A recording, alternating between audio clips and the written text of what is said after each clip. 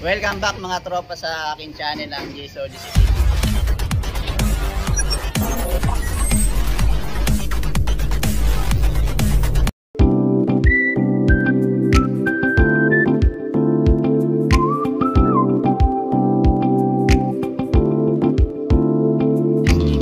So ngayon mga tropa, ipapakita ko naman sa inyo kung paano namin ginagawa yung DIY na cylindrical ng stainless gate. So ito kasi maganda pag fabricated yung bisagra natin na solid na flat bar is matibay talaga yung gate nyo.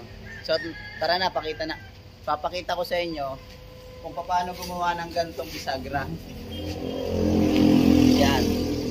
So ito, fabricated lang namin to. Ang kagandahan kasi nito, pwede mong i-open yung gate mo ng inside saka outside. So gumawa lang kami ng fabricated na may bisagra. Ito, ganito yung ginawa namin. Papakita ko sa inyo kung paano namin to ginawa. Step by step. Ganito yung ginamit namin na bisagra. So ang gagamitin nyo, flat bar din siya na stainless, na bibilugin nyo lang. So nakagawa na kami dito ng flat bar na binilog. Yan. Kailangan nito meron kayong benderan. Or kung wala naman kayong benderan, pwedeng imano-mano nyo lang. Depende sa inyo. Tapos isusubok nyo lang din kung saktong-sakto yung bilog nyo para maganda siya pag kinabit nyo na dun sa gate nyo. Tapos gagawa rin kayo ng dalawang maliit pang stopper. Yan. Papasok nyo lang siya dito. Yun, ganun lang siya. Tapos ganito na magiging itsura niya pag nabapping na.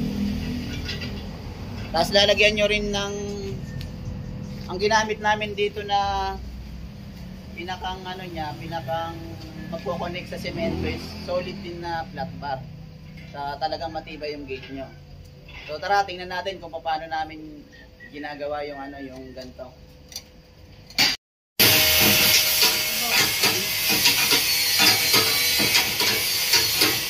Isa, pinito pa lang yung salamin. Pinito pa lang yung salamin. Makamat si Ronald, saka siya na, Brian. Ay, tapos.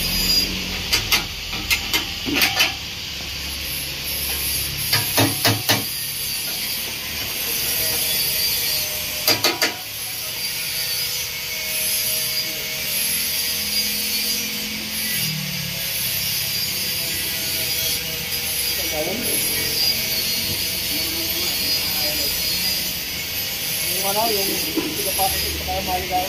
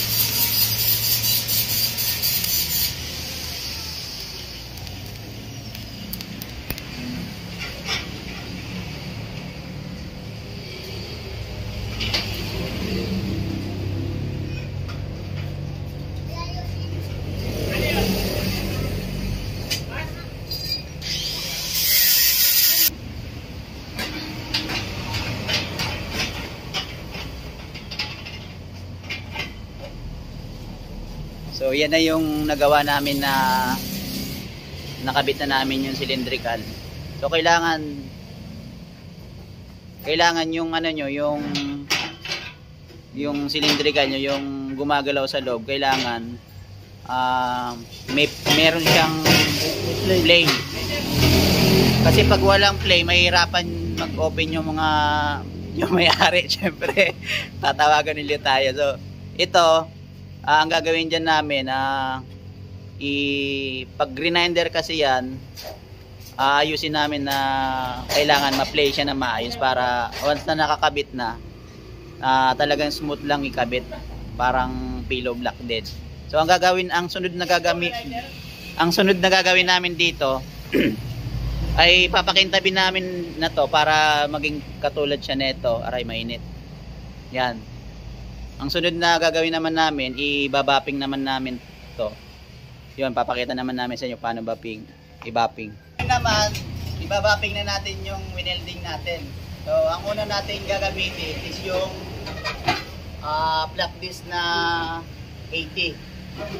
So, ang gagawin natin, tatanggalin muna natin yung pimples.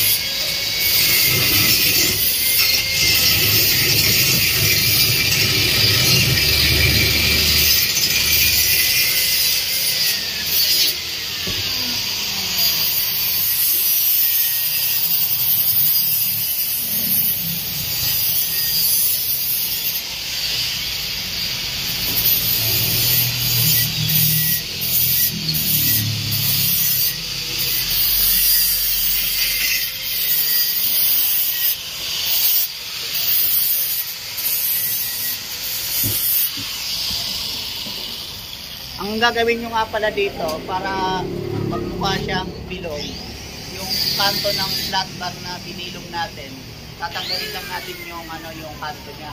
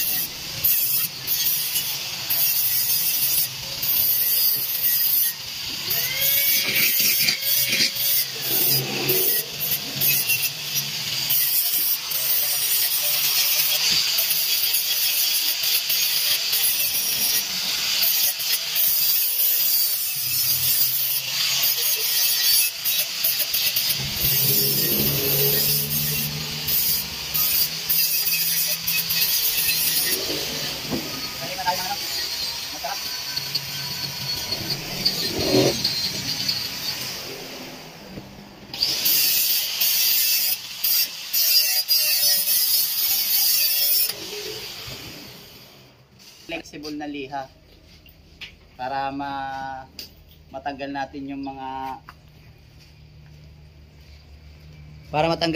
mga itim-itim na yan. Gagamitan na natin siya ng liha.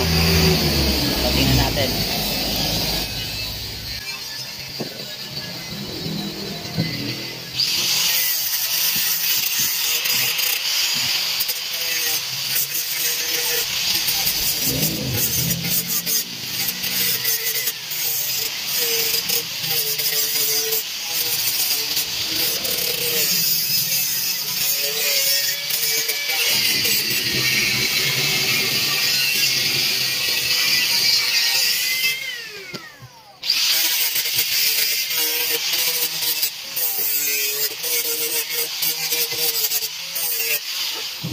Tapos, muling gagamitin natin yung is-wrapping gray.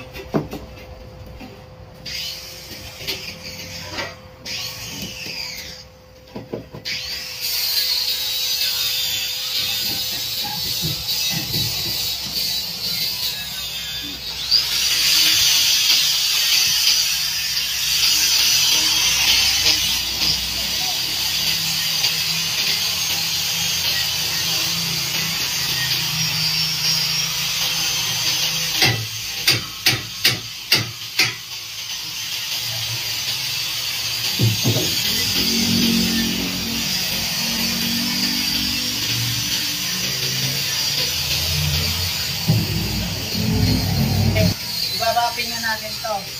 So tara, dito naman.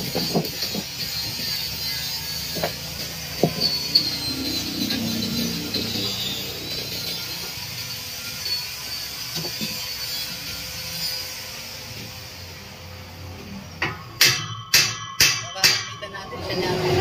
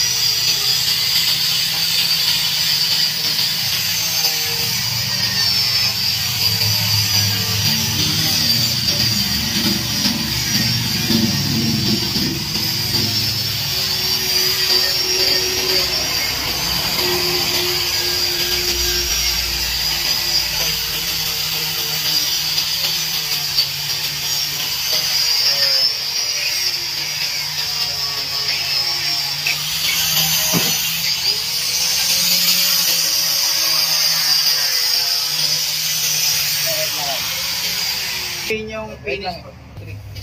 So ito na ngayon yung finish ano natin. Oh, yan. Tingnan nyo. Ang kinis. So yan na. So mapapansin nyo.